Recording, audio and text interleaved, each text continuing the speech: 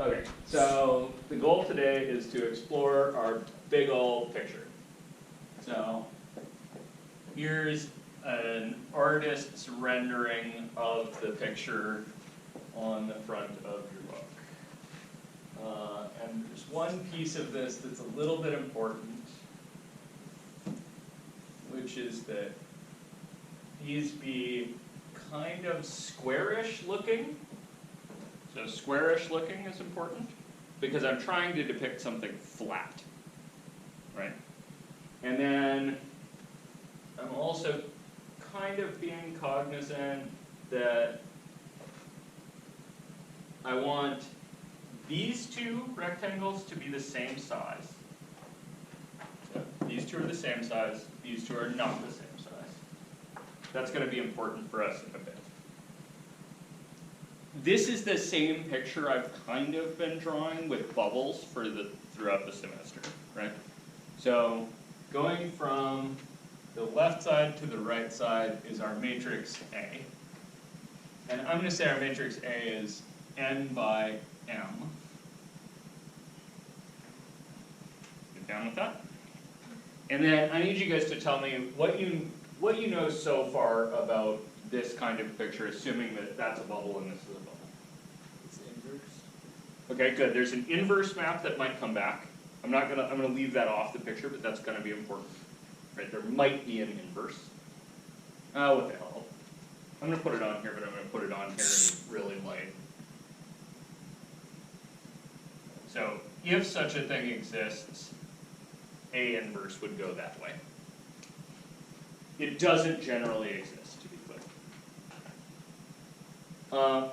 I actually do know something that goes from left, or from right to left all the time, that always exists.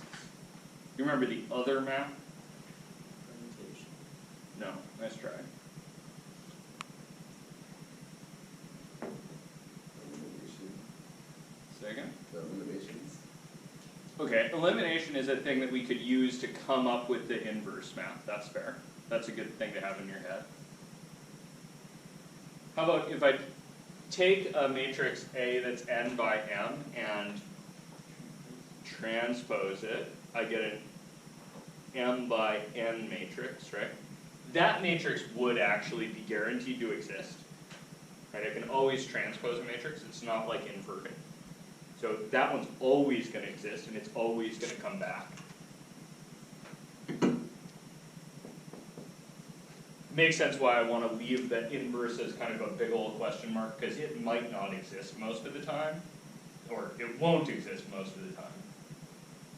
It only even is a candidate if n and m are the same, right? So really, honestly, this thing doesn't really belong on this picture. It's cool, right? I'm going to leave it on there because I think it's important to know that it might exist. A transpose always does. What size is A transpose as a matrix? M by n. Yeah, it's m by n. Okay, you guys can tell me another couple of things. What's this space that we start in called?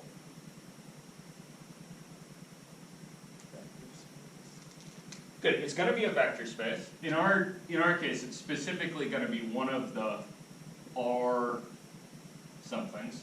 R of n. Say that louder. R of n. Is it N or M? M. M. Okay, so that space, all told, the left-hand space is Rm. What does that make the right-hand space? This space over here. R of n. Yeah, this is Rn. If you had to give these names, like, say, a name starting with D that might go over here, what are the things you feed into a function called? Yeah, these are elements of the domain over here. So this is the domain space.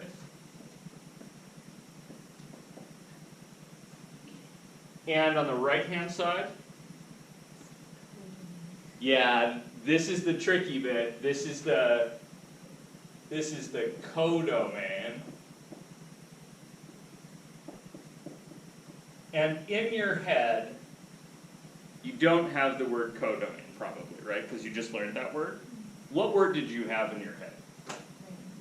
range. And how are those different? Just range, I know this one, range is like all of the values, or like, it's the one-to-one, but then codomain is like all possible, I don't know. Is it it's all the values on a line and the other one is it's all the values in a space? Okay, so that's tough because they're both going to end up being spaces. But yeah, that's kind of the deal. So if you think about a function as like a cannon, right? You're gonna, anything you can fit into the silly thing is gonna be in the domain, right? And when you fire it, anything you can hit is gonna be in the range. The codomain's not the stuff you can hit, it's the stuff you're aiming at. You're not necessarily gonna be able to hit everything you aim at. Does that make sense? So over here, the codomain, for instance, might be all of Rn, and I might only be able to hit the zero vector. Right? In the case that A was the zero matrix, it's going to take every vector over there and turn it into the zero vector over here. So even though I'm aiming at Rn, I can only hit parts of it. Does that distinction make sense? And we actually are going to, like, our first thing is to figure out what stuff we can hit. So I want you to remember back to the column multiplication picture. You guys remember that one? So if I think about the column picture, let me write that over here where it kind of belongs.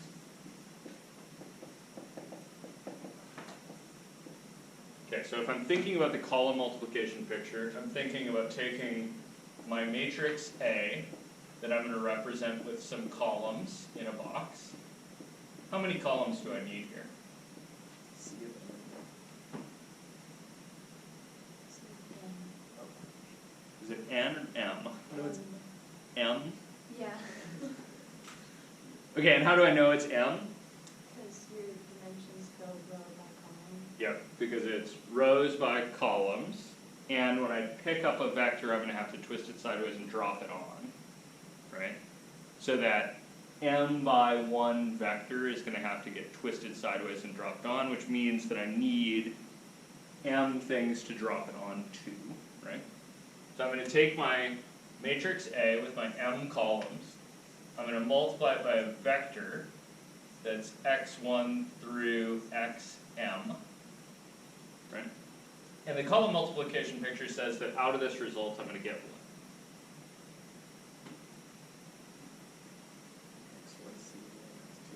Good. I'm going to get x1, the scalar x1, times the vector c1, plus the scalar x2 times the vector c2, on until I get to xm scale against cm column. On board with that?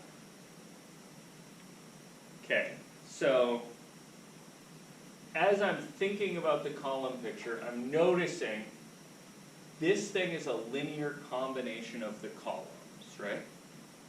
And where does this new vector live?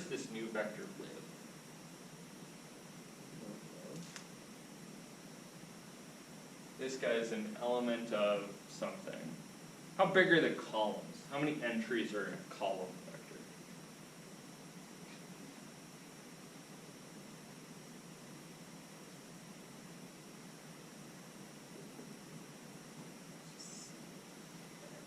So my matrix here, right, is M wide.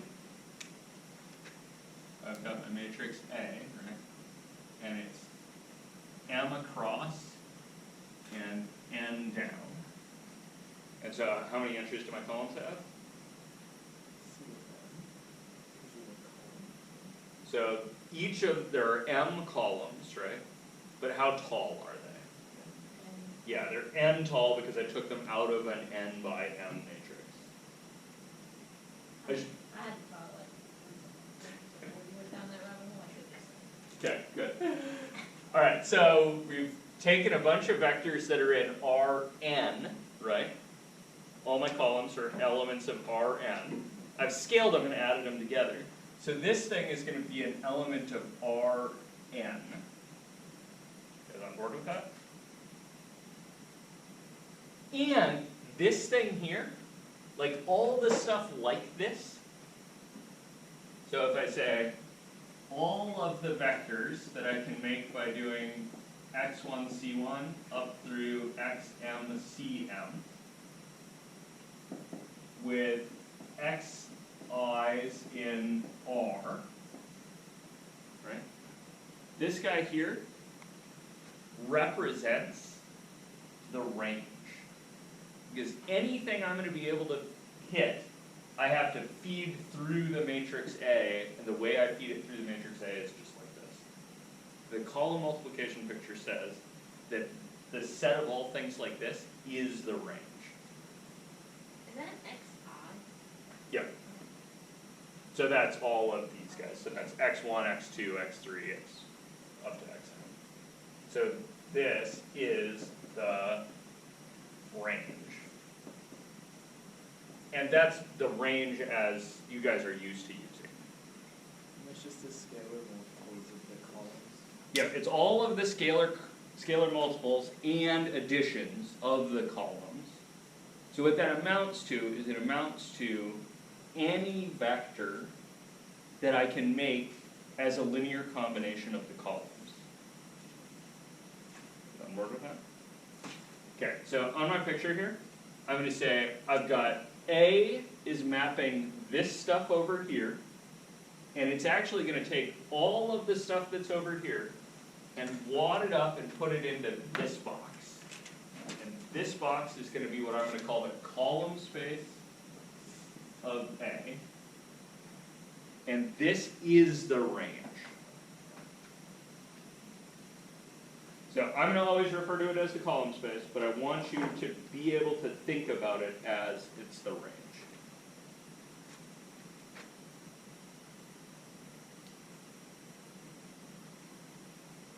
Are you on board with that? Okay, and I'm calling it a column space, which means that there's a claim I'm probably making. Can you guys tell me what the claim I'm probably going to make is? I'm calling it a space. What kind of thing?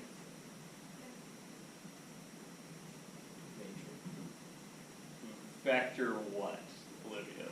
That was good.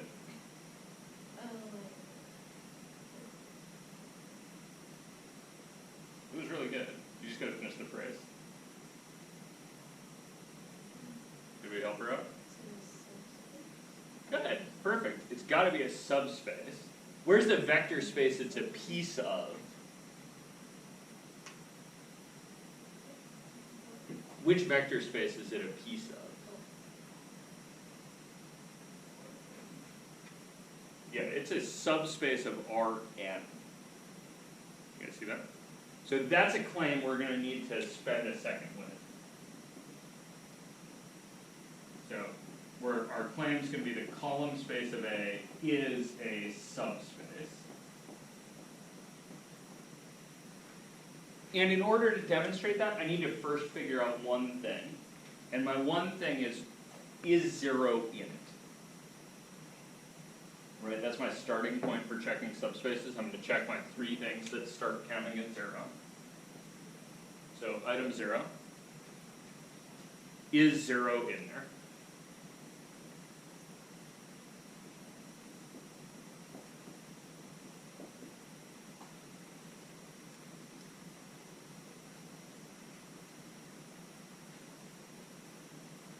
What do you guys think? I need to know if I can write 0 as a linear combination of the columns of my matrix. I don't really know what the columns are, but I know for damn sure if I scaled each of them by the scalar 0, that I would get the 0 vector. You guys all on board with that? Is that pretty much their intersection points? Perfect. That is, this dot right here is the 0 vector, Or is 0 space? and this dot over here is the 0 vector. And I know that the matrix A takes the 0 vector to the 0 vector. So that's one piece of this mapping that I know for sure, is that that guy goes right there. We're gonna add to the things that go to 0 in a bit, but for right now, that's one thing I know for damn sure. Good with this? Okay, so now I really just wanna narrow in on my other two criteria for subspace, right? Closed by addition. Yeah, so I need to check, is it closed under addition?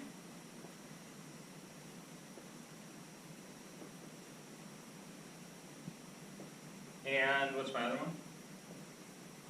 Scalar multiplication. Perfect.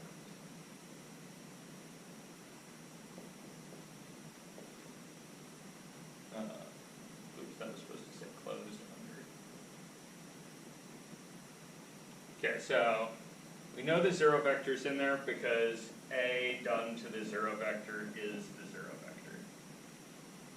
Now we need to know if we take two things that I can write as a linear combination of columns, can I write the result as a linear combination of columns? Seems pretty legit, right? So let's just write down a quick argument over here and then we'll erase it. So our argument's gonna be, we're gonna say, let x be x1 c1 plus up to xm cm, right? And we're gonna let y be y1 c1 up to ym cm. Good on this guy? And then I'm gonna add x plus y. So x plus y is gonna be, oops, wrong hat, x1 c1 plus up to xm cm plus y1 c1 up to ym cm. And then what? Y plus X. Yeah, you kind of want to group by the columns that you're talking about, right? So here's something adding column 1. Here's another term that's kind of like that's also adding column 1s. So I can put those next to each other and then factor the vector out. I'm just using a property of, what is that? It's a property of something. It's not quite commutative, but yeah, it's a distributive property. It's the distributive property of scalar multiplication.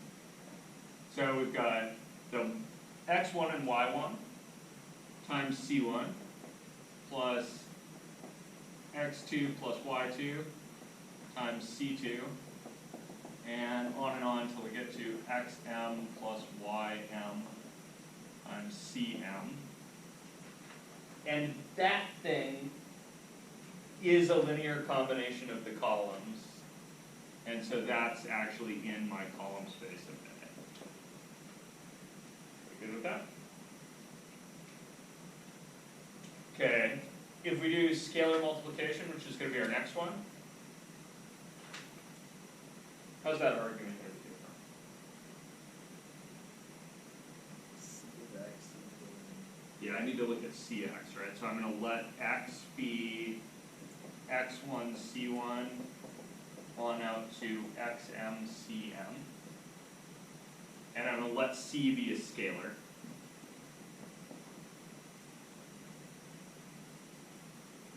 Check this. Yeah, then I have to take, yeah, so I got to take c and multiply it by x.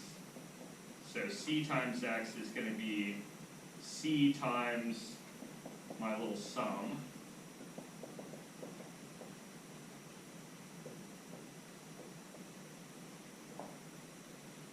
And then I'm going to need to distribute, right? And once I've distributed, I'm going to group the scalar multiplications together. So I'm going to get c times x1 times c1. And so forth until we get to c times xm times cm. And that again is just a linear combination of the columns, so we're in the column space of A now.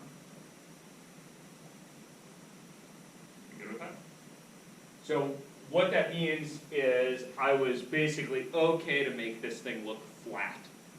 Why am I okay to make this look flat? Good, because subspaces are flat.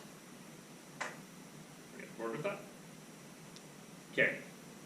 I think I'm gonna give you guys some energy from here, but our punchline for the next couple of days is each of these 4 spaces is gonna be worthy of the name space. And we're gonna go figure out what they ought to be. And then we're gonna start drawing a couple more items in here. There's some relatively clutch things in here. So one of them is, I'm being pretty purposeful about drawing these in such a way that that's a right angle. That's gonna be part of our kind of clutch thoughts. We're gonna definitely consider our A transpose map coming from right to left. It's all the dot products. There's some dot products that are gonna be important, that are gonna tell us why that right angle is happening. There's gonna be this right angle over here. Same story is gonna happen there. We're gonna figure out which other things go to 0, because it's not just the 0 vector. And then we're gonna start exploring kind of labels for these guys. We'll come up with a pretty good set of understandings for this picture. Take us a couple of days. So far, what do we know? Just to go over. Maybe transpose any matrix. Good. The transpose comes back from right to left. The matrix itself goes from left to right. The A being n by m means that this space on the left is Rm, which is our domain. The column space lives over here in the codomain, which is Rn. And the column space is not all of the codomain, but it is all of the range. That's cool. Okay. 22 minutes?